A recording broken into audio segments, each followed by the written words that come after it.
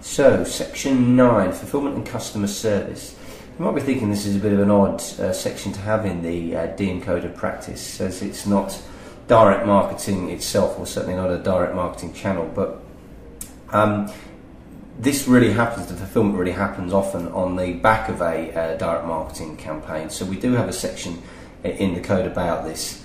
I'm just going to run through the main points here. Quite a bit of this relates to the distance selling regulations, so again refer back to my earlier talk on that and the main provisions of that. The main points here, first bit here is the unsolicited goods and inertia selling, basically saying not to send goods or ask for services to someone and then ask them to pay unless you've actually received prior notification to instruction to do so.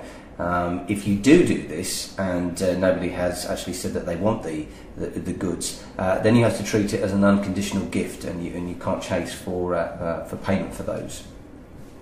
I'm sure you're all familiar with the next few points. Fulfilment timing: once somebody's placed the order, the fulfilment should take place no longer than 30 days the day after the order is placed. Unless there is a fair reason for doing so. For example, if it was goods that were made to measure, for example, it might take a little bit longer. And of course, this needs to be made aware to the consumers at the point at which they order them.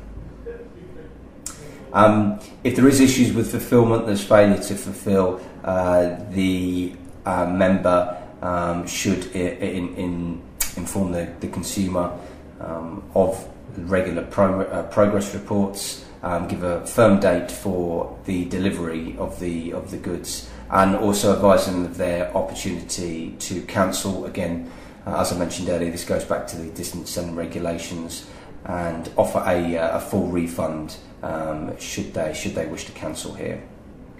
If somebody's paying on a credit or debit card, important to note that the payment should only be taken once the goods are there, available in the stock room and ready to be dispatched. If they are, then the payment can be taken on that day. If they're not, then it can't be taken from the card. Just a bit more on cancellations here. On providing refunds, the code, this section of the code actually lists the circumstances in which refunds should be provided. Again, have a look in the section for more detail, but I'll just run through the main points here. Refunds should be provided if the goods services were not received, if they were damaged, if a money-back guarantee was offered, if the consumer returned the goods to the company, even if the company didn't receive them but the consumer had a proof of delivery, then the refund would still need to be paid, or again if somebody was exercising their right to cancel, or if the company was in breach of statutory or contractual obligations. The exemptions to providing refunds are listed in section 9.24. Please have a look at that section. It goes into detail there about what the exemptions are. But for example, these are areas where you're providing an ongoing subscription, for example, newspapers, journals, etc. Personalised goods also fall into that bracket. DVDs, CDs, betting, gaming services also are in the exemption category. So have a look at that. Members must make clear to consumers prior to having the payment taken, conclusion of the contract, if you will, whether the consumer is actually required to return the goods following cancellation, and if they're required to pay for the cost of returning the goods. If that isn't made clear, consumers are under no obligation to return the goods, although they obviously must make sure that they're available to be collected. So important to point that out. If they are obliged to do that, it is important to point that out at the point in which they order the goods. On customer service, really this is pretty common sense stuff. If you're in business, then you're more than likely doing this already. But customer service, we've put in the code that it should be prompt, efficient and courteous in all dealings with consumers. When answering queries, this has been one area that's been highlighted in the past to have been a problem for some companies. For example, especially if people are emailing in, maybe to a generic email address at a business. These should be responded to promptly, and if something does take time to find out the answer, then do advise the consumer of that.